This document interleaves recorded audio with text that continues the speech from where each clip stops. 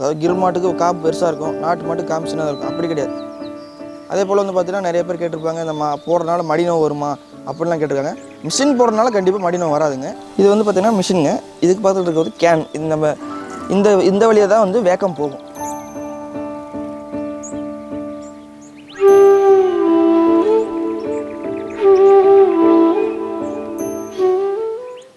அதே போல் வந்து மடியில் பால் இல்லாமல் ஒரு அரை மணி நேரம் சும்மா ஒன்றாலும் ஒன்றும் ஆகாது. நம்ம கண்ணுக்குட்டி ஊட்டுது பார்த்தீங்களா, அதே ஃபீல் தான் வருங்க.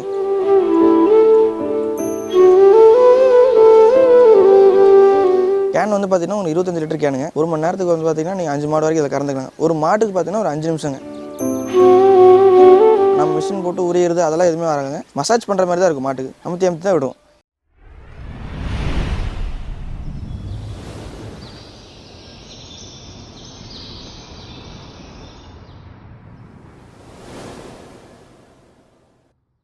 வணக்கம். இந்த மிஷின் பார்த்தீங்கன்னா ஒரு மாட்டிலேருந்து ஒரு 5 மாடு வச்சுருங்களுக்கு கரெக்டாக இருக்குங்க. கேன் வந்து பார்த்தீங்கன்னா ஒரு 25 லிட்டர் கேனுங்க. ஒரு மணி நேரத்துக்கு வந்து பார்த்தீங்கன்னா நீங்கள் 5 மாடு வரைக்கும் இதை கறந்துக்கலாம். ஒரு மாட்டுக்கு பார்த்தீங்கன்னா ஒரு 5 நிமிஷங்க. நம்ம கையில் கறக்கிறோம் பார்த்தீங்களா, அதே ஃபீல் தான் வரும். நம்ம மிஷின் போட்டு உரியறது அதெல்லாம் எதுவுமே வராதுங்க. மசாஜ் பண்ணுற மாதிரி தான் இருக்கும். மாட்டுக்கு அமுத்தி தான் விடும். எப்பவுமே பால் கறக்கிறதுக்கு முன்னாடியும் கறந்ததுக்கப்புறம் கண்டிப்பாக வந்து நம்ம பச்சை தண்ணியில் கழுவி ஆகணுங்க. அது நம்ம மிஷின் போட்டே கழுவிக்கலாம். மிஷின் போட்டு ஆன் பண்ணி விட்டு இது பார்த்தீங்கன்னா ஏர் லாக் வால்வு. இந்த வால்வு வெளியில் இழுத்துட்டிங்க அப்படின்னா ஏர் லாக் ஆகிக்கும். நம்ம வந்து ஒரு பக்கெட்டில் தண்ணி வச்சுட்டு பக்கெட்டுக்கு உள்ளே வச்சு இந்த வால்வு உள்ளே அமுத்தி விட்டோம்னா தண்ணி வந்து உள்ளே போக ஆரம்பிச்சிடும். நம்ம உள்ளே வெளியே எடுத்து வச்சுட்டோம்னா அதுவும் க்ளீன் ஆகி நம்ம எதுவும் பண்ண தேவையில்லை. அதுக்கப்புறம் மிஷின் ஆஃப் பண்ணிட்டு கேன் மூடியை வந்து ஓப்பன் பண்ணி உள்ளே போன தண்ணியெல்லாம் எடுத்து வெளியே ஊற்றிக்கலாம். அதுக்கப்புறம் தண்ணி எடுத்து ஊற்றிட்டு நம்ம எப்படி கழட்டணுமோ அதேமாதிரி கேன் மூடியை போட்டுட்டு மறுபடியும் அதேமாதிரி மிஷின் போட்டு இந்த வால்வு வந்து வெளியே இழுத்துட்டு அடியில் வந்து இப்படி கை வச்சுட்டு வருங்க. இப்படி திருப்பி போட்டு 4ஐயும் மடக்கி பிடிச்சிக்கணுங்க.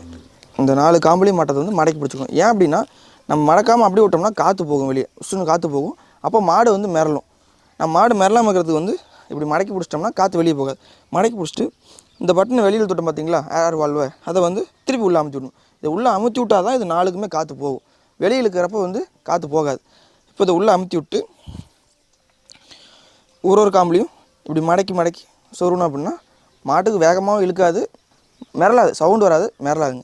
ஃபஸ்ட்டு வந்து பார்த்திங்கன்னா ஒரு வாரத்துக்கு வந்து மாட்டுக்கு கொஞ்சம் கூச்சமாக இருக்கும். அதனால மாடு நிற்காது, மிரளும், இந்தமாரி பிரச்சனைலாம் வரும். பழகிருச்சு அப்படின்னா ஆள் வந்து பக்கத்தில் இருக்கவே தேவையில்லை. நீங்கள் போட்டு விட்டு போய் வேறு வேலையை பார்க்கலாம். அது பாட்டில் கறந்துட்டு இருக்கும். மேக்ஸிமம் ஒரு மாட்டுக்கு பார்த்தீங்கன்னா 5 நிமிஷம். அதே போல் வந்து மடியில் பால் இல்லாமல் ஒரு அரை மணி நேரம் சும்மா ஒன்றாலும் ஒன்றும் ஆகாது. நம்ம கண்ணுக்குட்டி ஊட்டுது பார்த்தீங்களா, அதே ஃபீல் தான் வருங்க. இது full and full massage type தான். உரியறதோ அதெல்லாம் எதுவுமே வராது. அதே போல் வந்து பார்த்தீங்கன்னா நிறைய பேர் கேட்டிருப்பாங்க, இந்த போடுறதுனால மடி நோவு வருமா அப்படிலாம் கேட்டிருக்காங்க. மிஷின் போடுறதுனால கண்டிப்பாக மடி நோவு வராதுங்க. வேறு ஏதாவது நீங்கள் மாடை வந்து பால் கறந்து முடிச்ச உடனே படுக்க வைக்கிறீங்க பாருங்களா, படுக்க வச்சோடனே அந்த கீழே இருக்க கிருமி வந்து காம்பில் அட்டாக் ஆகும்.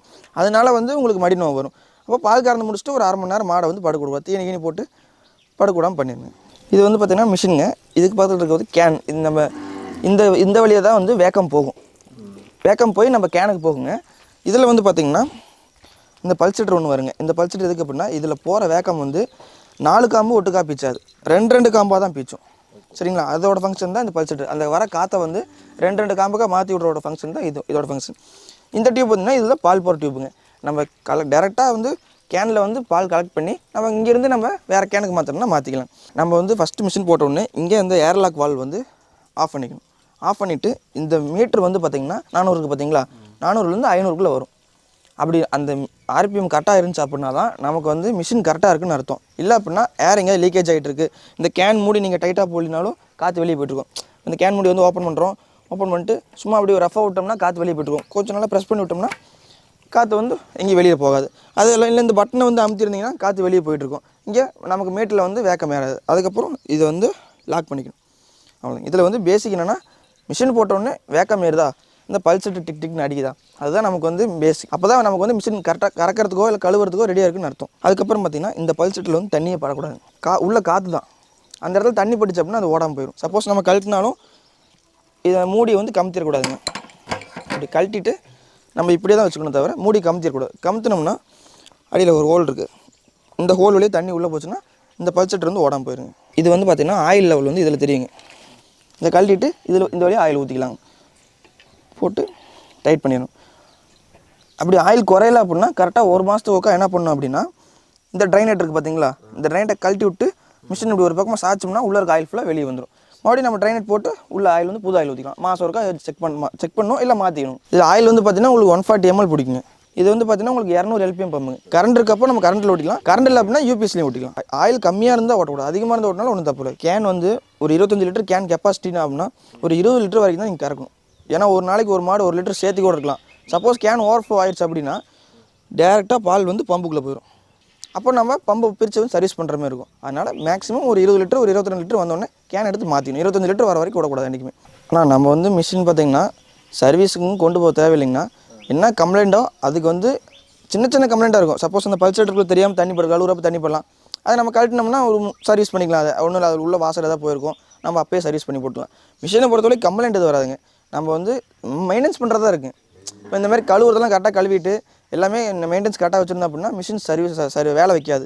ஜென்ரல் சர்வீஸ் மட்டும் அப்போ பண்ணிக்கலாம். ஒரு 6 மாதத்துக்கா இல்லை ஒரு 7 மாதத்துக்கா ஜென்ரல் சர்வீஸ் மட்டும் பண்ணிக்கலாம். அப்போ வாரத்தில் ஒரு நாள் கண்டிப்பாக வந்து சோப் ஆயில் ஷாம்பு ஆயில் இருக்குது பார்த்தீங்களா, அது ஏதோ ஒன்று போட்டு அந்த டியூப் இப்போ கழுவணும் பார்த்தீங்களா, அந்த மாதிரி கழுவிடணும். இல்லை அப்படின்னா அதுக்கு நம்மகிட்ட லிக்விட் இருக்குது, நம்மகிட்டே ஒரு லிக்விட் இருக்குது.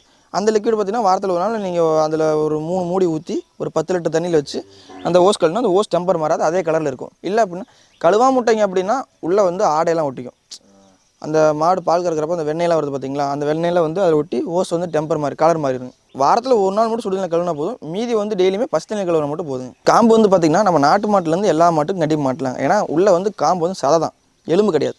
இப்போ நம்ம அமுத்துறோம் பார்த்தீங்களா, அப்போ சதை தான். அதாவது கிர் மாட்டுக்கு காம்பு பெருசாக இருக்கும், நாட்டு மாட்டுக்கு காம்பு சின்னதாக இருக்கும், அப்படி கிடையாது. இது வந்து நம்ம மடியில் வச்ச உடனே அதை அப்படியே பிடிச்சிக்கும், சதை தான், அப்படியே அமுத்திக்கும், ஒன்றும் பிரச்சனை வராது. எருமைக்கு எல்லாத்துக்கும் போடலாங்க, நாட்டு மாட்டுக்கு எருமைக்கு எல்லாத்துக்கும் போடலாங்க. நம்ம கம்பெனி பார்த்தீங்கன்னா நாமக்கல் கோட்டை ரோட்டில் இருக்க வளர்பிறை ஏஜென்சிஸுங்க, நம்ம உழவர் சந்தைக்கு அப்படியே ஆப்போசிட்டில் இருக்குங்க. இதில் வந்து பார்த்தீங்கன்னா உங்களுக்கு 5 மாட்டிலேருந்து ஒரு 50 மாடு 100 மாடு இல்லை 200 மாடு கறக்கிற வரைக்கும் மிஷின் எல்லாமே நம்மகிட்ட இருக்குங்க.